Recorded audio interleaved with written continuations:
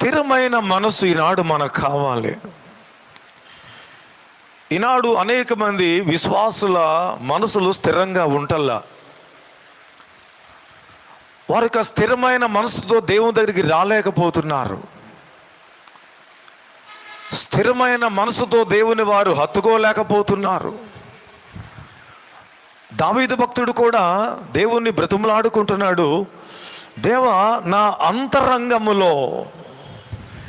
అంతరంగములో స్థిరమైన మనసును నూతనముగా నాకు దయచేయి.